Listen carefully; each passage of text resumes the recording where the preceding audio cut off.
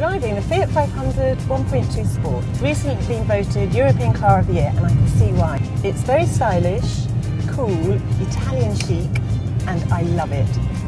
Ooh. I really do love the look of this car. It is unashamedly retro. The original Fiat 500 was launched 50 years ago and quickly became an icon of Italian motoring. It was revolutionary in design, and this new Fiat 500 echoes its ancestry. But it's not merely nostalgia, it's got classic style with modern technology and engineering. We especially love the gear stick. It is huge, a huge gear knob. It is our substitute Italian stallion. It's way up high, really close to the wheel, so it makes those easy to change gears even easier to change. This really is a car that gets heads turning and others in Fiat 500s waving.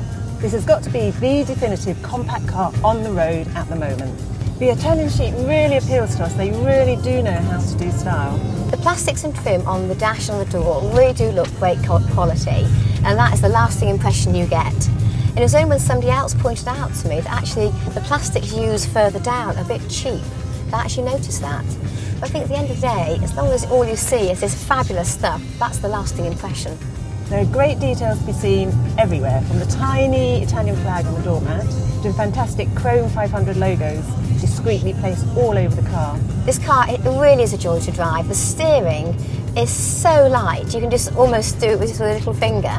But it has got a special feature, which got a button on the dash here, that if you press it, it goes from city mode to a firmer driving. In fact, it automatically goes into that mode if you go faster than 44 miles an hour, which is a great safety feature.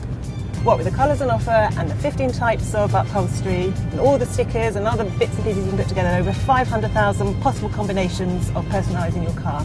But while I do enjoy driving this car, it's taken me a while to actually find a comfortable position driving it. I know Debbie just loved it from the second she got in, but I found my legs are too short for the depth of the seat, and I've had to actually put a cushion behind me to push myself forward enough to drive comfortably.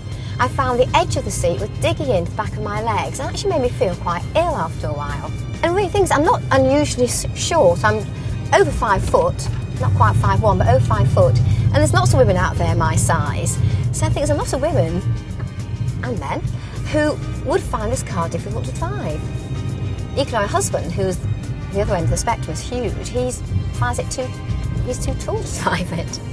But Paul and Debbie, Paul being about 5'10", Debbie about 5'7", found it fantastic to drive, no problem whatsoever. So I'm a bit cheesed off in a way that it's not my perfect car, because the looks of it are fantastic. What I particularly like is the dial within a dial, which is the rev counter and the speedo, which is beautifully located right in front of you. You can see exactly how fast you're going, what your revs are, and it's so cleverly done. Fiat say it's the first time that a compact car has actually got a 5-star NCAP rating. And they say they're ready for the 6-star when it comes out, if it does.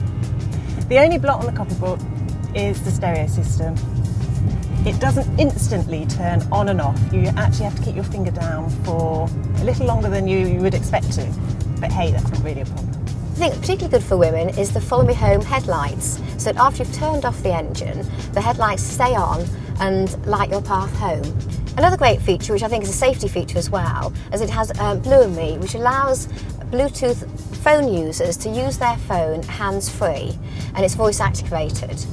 And there's all the controls on the steering wheel to find your phones and to make those phone calls. It's interesting because Kate and I have come to a different conclusion about this car. I love it. I'd buy one tomorrow if I could. It's just so easy to drive. It's a great city car. Who'd buy this car? I think it'd be great for both men or women of all ages.